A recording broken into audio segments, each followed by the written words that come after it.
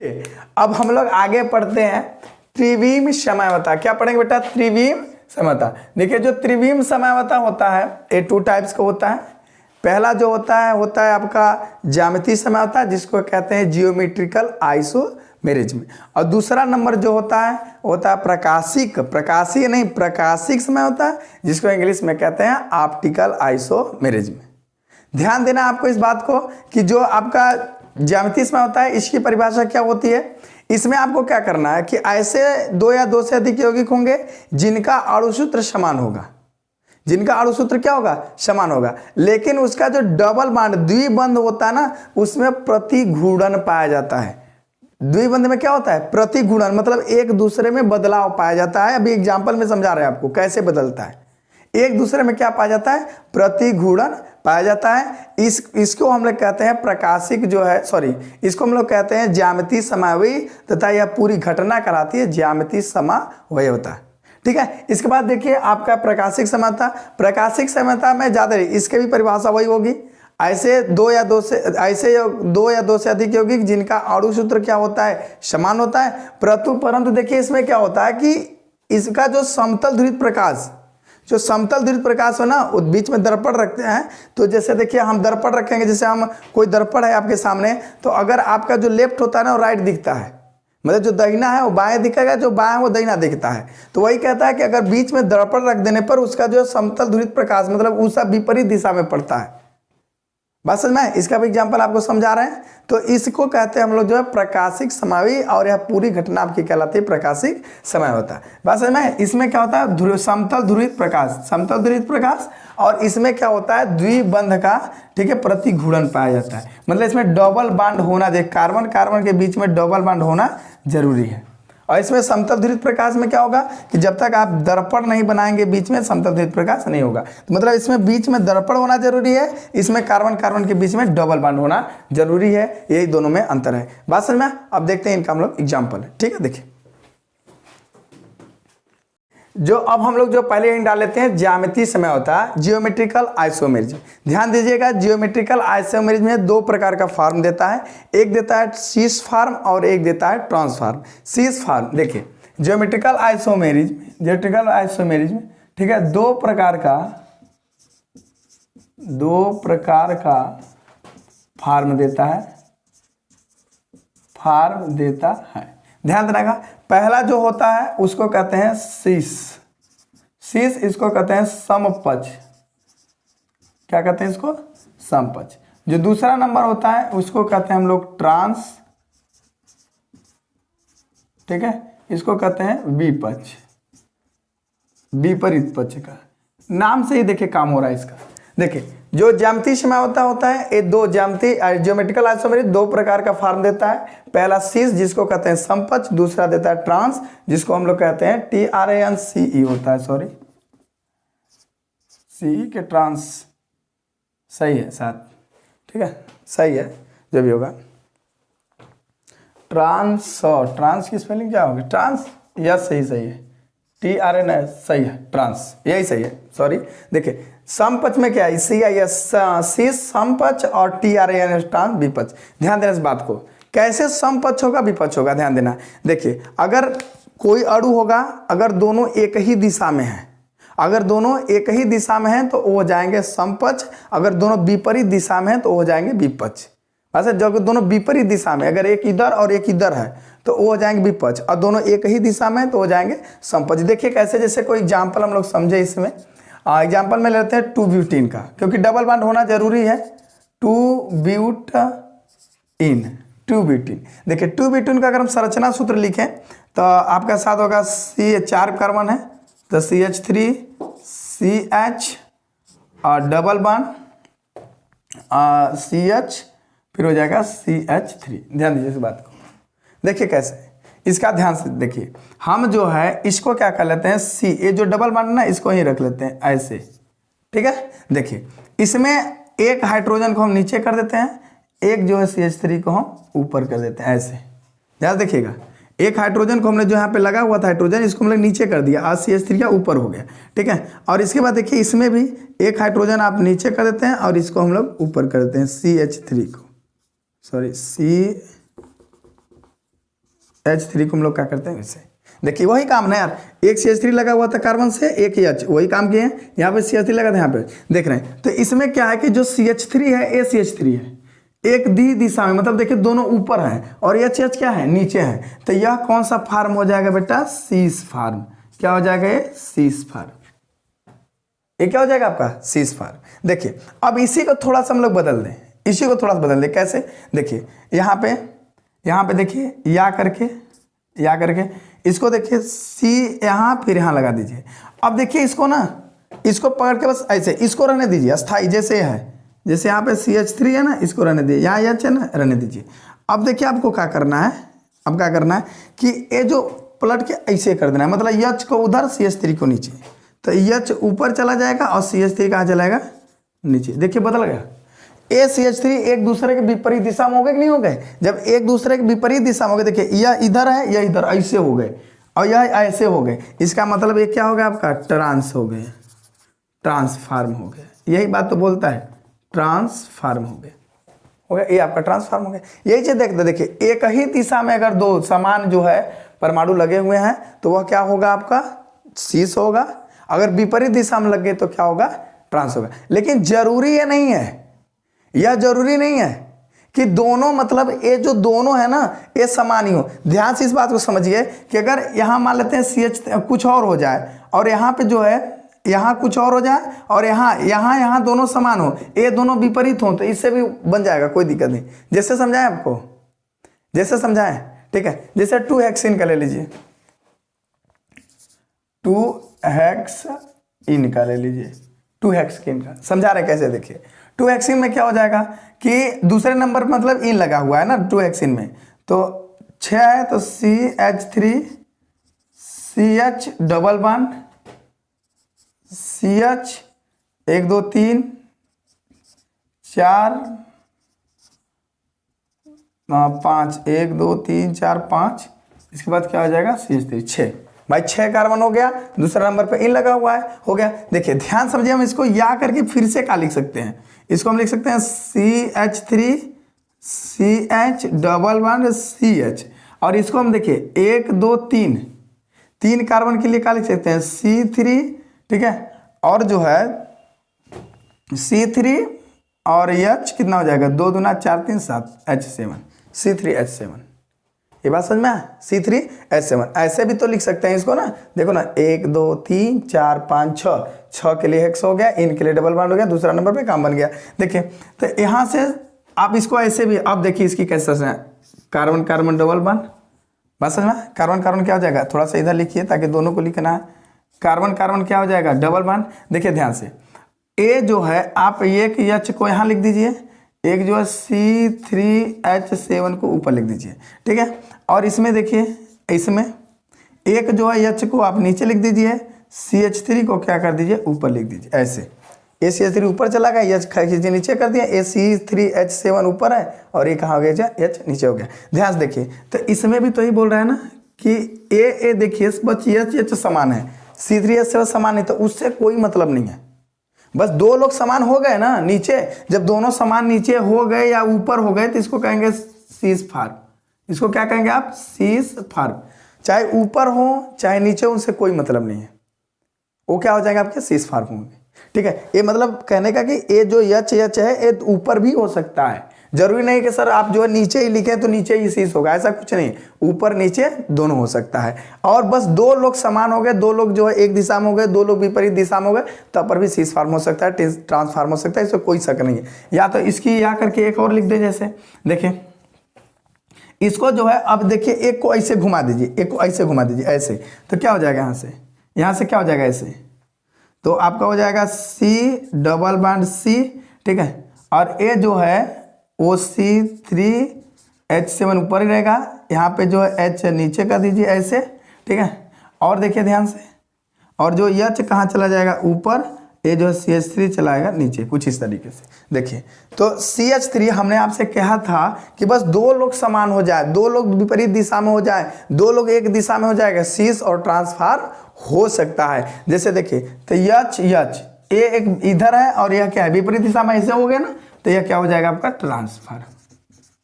Transform, कोई शक नहीं है, बस में एक क्या हो जाएगा आपका ट्रांसफार्म। इस तरीके से आप किसी का भी बना सकते हो, किसी का भी, कोई दिक्कत नहीं है। बात समझ में? ठीक। अब हम लोग जो है इसका ज्योमेट्रिकल का एक और एग्जांपल देख लेते हैं, ध्यान समझिएगा। एक और एग्जांपल, जैसे उसका नाम ब्यूट, मतलब आप 2 ब्यूटी लिख दीजिए, या डायरेक्टली इसका नाम पहले हम लिख लेते हैं, जैसे ब्यूट 2 इन, ठीक है। इसके बाद आप लिख दीजिए इसका 1,4 डाइओइक एसिड, ठीक है, 1,4 डाइओइक एसिड। इस तरीके से ध्यान समझना है। ब्यूट के लिए कितने कार्बन हो जाएंगे? 1 2 3 4। अब देखिए कह रहा दूसरा नंबर पे इन है, तो 1 हम दूसरे नंबर इन लगा देते हैं, ठीक है। 1,4 ओइक एसिड, मतलब कि पहले पे और चौथे पे क्या लगा? ओइक एसिड, मतलब COOH यहाँ भी लगा हुआ है, COOH यहाँ भी लगा हुआ है, COOH यहाँ भी लगा और COOH कहाँ लगा? यहाँ। मतलब 1 2 3 4 इधर भी, चौथे पर भी और पहले पर, दोनों पर नंबरिंग आप किधर भी से कर सकते हैं। तो देख रहे हैं कि यहाँ पर क्या क्या चाहिए, और यहाँ सही है, मतलब 2 ऑक्सीजन के साथ बना लेगा, 1 1 3 हो गया, ठीक है। और जो है सही है, यहाँ पर भी सही है। बस आपको बीच में यहाँ पे एक हाइड्रोजन भरना होगा, एक हाइड्रोजन जो है आपको कहाँ भरना होगा? यहाँ भरना होगा। इस तरीके से इसका नाम देखिए, तो हम वही काम करेंगे, ध्यान समझिए। कार्बन, ठीक है, एक हाइड्रोजन नीचे कर दीजिए, एक COOH ऊपर कर दीजिए, फिर उसी प्रकार से यहाँ भी जो एक COOH कहाँ कर दीजिए? यहाँ पे, और हाइड्रोजन नीचे कर दीजिए। तो बताइए कौन सा फार्म होगा? ट्रांसफार्म होगा। नाम बता रहे हैं दोनों का भी, ट्रांसफार्म। देखिए इसके बाद जो है, इसके बाद क्या करेंगे आप कि इसको बदल दीजिए ना, इसको ऐसे बदल दीजिए। इसको जब इस तरीके से बदलेंगे आप तो क्या होगा? ये इस तरीके से एक को आप अपने जगह पर रखोगे, देखो ऐसे, इनमें ऐसे घुमा दो, पकड़ के ऐसे घुमा दो, इसको यहाँ, इसको यहाँ। बस है ए बांड घूमते, ई बांड नहीं घूमता, बस ए वाला जो सिंगल बांड लगे थे ई घूमते हैं। तो या करके आप इसको ऐसे बना सकते हो, सी, ठीक है। ए कहाँ हो जाएगा? H नीचे, ए भी H नीचे, COOH ऊपर, ए हो जाएगा COOH ऊपर। देखिए ए आपका कौन सा हो जाएगा? सीस फार्म, ठीक है, ए हो जाएगा सीस फार्म। बात समझ में? देखिए इसको कहते हैं फार्मिक एसिड और इसको मैलिक एसिड, ठीक है। जो आपका सीस फार्म और ट्रांसफार्म होता है, इसको कहते हैं फार्मिक एसिड, ट्रांसफार्म को बोलते हैं फार्मिक एसिड, और इसको कहते हैं मैलिक एसिड, मैलिक एसिड। अच्छा, इसको कहते हैं सीस फार्म को कहते हैं मैलिक एसिड, और जो ट्रांसफार्म होता है उसको कहते हैं फार्मिक एसिड। बात समझ में? इसका मतलब 2 ब्यूटीन, ठीक है, 2 ब्यूटीन 1,4 ओइक एसिड का जो अगर आप ट्रांसफार्म बनाएंगे तो वो होगा फार्मिक एसिड, और उसका जो सीस फार्म बनाएंगे वो तो मैलिक एसिड। बात समझ में? इतनी कोई दिक्कत नहीं, ठीक। अब जो है हम लोग त्रिविम समवायता का ऑप्टिकल आइसोमेरिज देखते हैं, क्योंकि ज्योमेट्रिकल हो ही गया। देखिए ऑप्टिकल आइसोमेरिज, कौन सा? ऑप्टिकल आइसोमेरिज गजब का। देखो ऑप्टिकल आइसोमेरिज, ध्यान देना इस बात में। देखिए ऑप्टिकल आइसोमेरिज 3 प्रकार का फॉर्म देता है। एक देता है आपका डी या प्लस फॉर्म, दूसरा देता है यल या माइनस फॉर्म, और जो तीसरा देता है वो होता है मीसो फॉर्म। ध्यान समझिएगा। अगर जो है, ध्यान समझिए, जैसे नोट में करके अगर हम लिखवा दें इसको तो गलत नहीं होगा। अगर जो है पहला नंबर, अगर घड़ी की दिशा में, घड़ी की दिशा में चक्र कर रहा है, गति कर रहा है, तो होगा प्लस या डी फॉर्म, ठीक है। अगर घड़ी की विपरीत दिशा में है, घड़ी की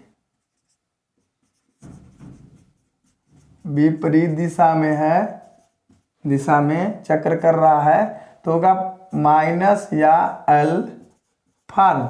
देखिए अब इसमें क्या होगा? दिशा तथा विपरीत दोनों एक साथ, दिशा तथा विपरीत दोनों एक साथ जब हो, एक साथ जब होंगे तो उसको कहेंगे मीसोफार,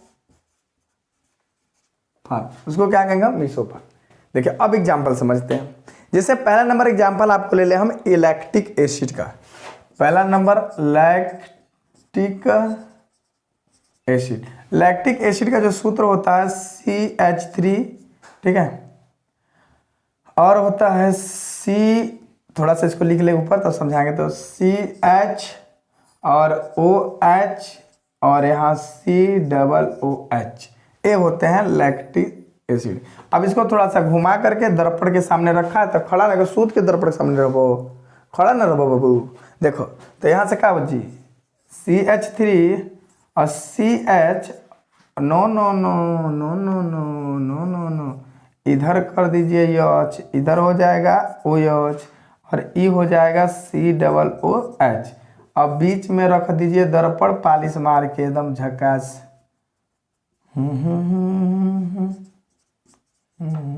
दर्पण बस में देखिए।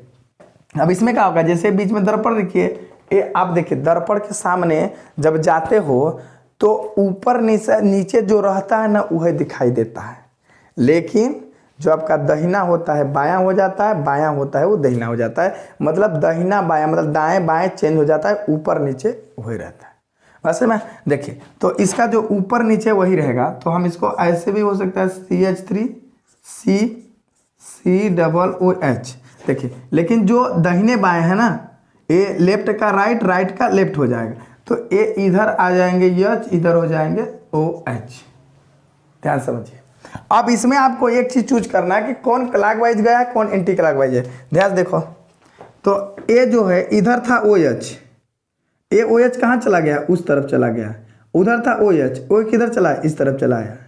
तो अब आप क्या करोगे, ध्यान समझिए कि ये OH बढ़ करके वहाँ चला गया ना। देखिए यहाँ पे OH था, जैसे यहाँ पे समझाएं, यहाँ पे क्या था OH था, दोनों एक हो गया का ना, सही है। देखिए ये OH यहाँ था, ये कहाँ चला गया, यहाँ। तो ये ऐसे ना गया होगा भाई, ऐसे ना गया होगा, तो ये इस तरीके से बढ़ा है ना, यहाँ OH था उधर तरफ चला गया, तो ये हो गया क्लॉकवाइज। देखिए OH था, ये इस तरफ आया होगा ना, इस तरफ। भाई OH देखो यहाँ है, इस तरफ दिखाई दे रहा है, इन दोनों की तुलना करिए। OH यहाँ है, यहाँ पर इसमें इधर OH है, मतलब इधर राइट में OH है, इधर लेफ्ट में, तो राइट से लेफ्ट ऐसे नहीं बढ़ा होगा, और इधर लेफ्ट में राइट में चला गया उसमें, तो इधर से गया होगा। तो अगर क्लॉकवाइज जब घूम रहेंगे इसको कहेंगे D या प्लस फार, ठीक है। और जब एंटी क्लॉकवाइज चलेंगे तो यल या माइनस फार मान हो गया। इसका मीसो नहीं बनेगा। मीसो देखिए किसका बनता है, जैसे टार्टरिक एसिड ले लें हम लोग, टार्टरिक एसिड। टार्टरिक एसिड का सूत्र क्या होता है पता है, देखिए tartaric acid tartaric acid COOH, ठीक है। इसके बाद OH CH, इसके बाद COH H, फिर COOH। ये होता है आपका टार्टरिक एसिड का सूत्र। कोई दिक्कत नहीं, ठीक, ध्यान समझिए। अब हम जो है इसके बीच में रखेंगे इस तरीके से, दर्पण रखेंगे बीच में, पालिश मार दीजिएगा, उस तरफ से पालिश होगा ना, ऐसे कोई पालिश मार दीजिए, ये हो जाएगा दर्पण, ठीक है। दर्पण ध्यान समझिए, दर्पण रखेंगे तो इधर ऊपर नीचे तो वह रहेंगे COOH, ठीक है, C और COOH, इतना तो वही रहेंगे। देखिए ये पूरी श्रृंखला वही रहेगी, लेकिन इधर वाला जो इधर राइट वाला है लेफ्ट में, लेफ्ट वाला राइट में, तो ये उधर बढ़ जाएंगे, तो इधर हो जाएगा OH और ये चला जाएगा H, और ये H इधर चला आएगा और इधर हो जाएगा OH, कुछ इस प्रकार से। बात समझ में नहीं। देखिए तो अब देखिए इसमें कौन D होगा कौन L होगा, ध्यान से समझिए, कौन D होगा कौन L होगा। देखिए ये OH इधर था, वो उधर चला गया, मतलब इधर लेफ्ट में था उधर राइट में चला गया, तो लेफ्ट राइट ऐसे ही ना हुआ होगा, ठीक है। देखिए इसी तरीके से होगा, OH इधर था लेफ्ट राइट में, इधर आ गया लेफ्ट में, देखिए इधर राइट में था और इसमें किधर राइट में, तो लेफ्ट में चला है, तो इस तरीके से, मतलब देखिए ऐसे घूम रहा है, तो ऐसे घूम रहा है तो क्या होगा, सॉरी L ना होगा ना, D होगा, D या प्लस फार्म होगा। असल में देखिए ना ऐसे घूम रहा है नहीं, ये OH यहाँ तक होगा, तो वो बोले चला तो ऐसे ही ना गया होगा जी, ए ओ एच यहाँ था, इस तरफ ऐसे आया ना होगा तब ना यहाँ आ गया। देखिए ए ओ एच यहाँ था, इस तरफ आया मतलब ऐसे आया होगा। ठीक है, देखिए इनमें ए ओ एच यहाँ है, ए ओ एच कहाँ है, यहाँ है, तो ए ओ एच कैसे घूमे होंगे भाई, इधर है, इधर चला आया तो हाई के तोड़ते हुए थोड़ा आया होगा, इधर से ना आया होगा। ठीक है, और देखिए ओ एच यहाँ है, ओ एच चला गया इधर में, तो ऐसे ना बड़ा होगा। देखो एकदम ध्यान समझो, ए ओ एच यहाँ है, इसमें ओ एच इसमें आ गया, मतलब देखिए ऐसे हुआ होगा तब ना। यहाँ देखो ये कहा था, मान लेते हैं कि इसको वहाँ रखो, तो ये इधर से गया होगा तब ना यहाँ गया होगा। मत कहो सर जी इसको ऐसे ही आ सकता है ना, नहीं है कि नहीं, रोक देगा ये रोक देगा ना। तो आपको डायरेक्ट देखिए ओ एच डायरेक्टली यहाँ बढ़ा, फिर यह वाला ओ एच डायरेक्टली यहाँ बढ़ा तब आया, फिर ओ ए जो एच था डायरेक्टली जो है, सॉरी ए जो ओ एच था डायरेक्टली यहाँ बढ़ा तब यहाँ से यहाँ गया। ठीक है, ए फिर ओ एच यहाँ गया, तो इस तरीके से था, बीच में कोई रोक टोक वाला नहीं होना चाहिए। बात समझ में आ गई नहीं? देखिए तो इसको कहेंगे यल या माइनस फार। बात समझ में आ? देखिए अब जो है मीसो फार में क्या हो जाएगा, फिर दर्पण रखने दीजिए बीच में, दर्पण रखने दीजिए बीच में। इसमें क्या हो जाएगा ना कि जो सब एक तरह एक चाल के हो जाएंगे, जैसे C double O H H C O H H और हो जाएगा सी डबल ओ एच। देखिए इसमें क्या हुआ है, ध्यान समझिए कि ये जो ओ एच था इस तरफ गया, इस तरफ, और जो एच था इस तरफ गया, मतलब दोनों एक ही दिशा में बढ़ गए बउआ।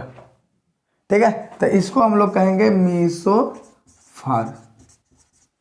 इसको क्या कहेंगे हम लोग, मीसोफार। बस मैं इसी तरीके से आपका जो है, जो आप हिस्टोरिया आइसोमेरिज में उसमें जो है ऑप्टिकल आइसोमेरिज बनता है, सबका आप बना लेंगे। बस मैं देखिए आज के लिए बस इतना ही। ऑल द बेस्ट, फिर मिलते हैं अगले वीडियो में। ठीक है, all the best, have a nice day.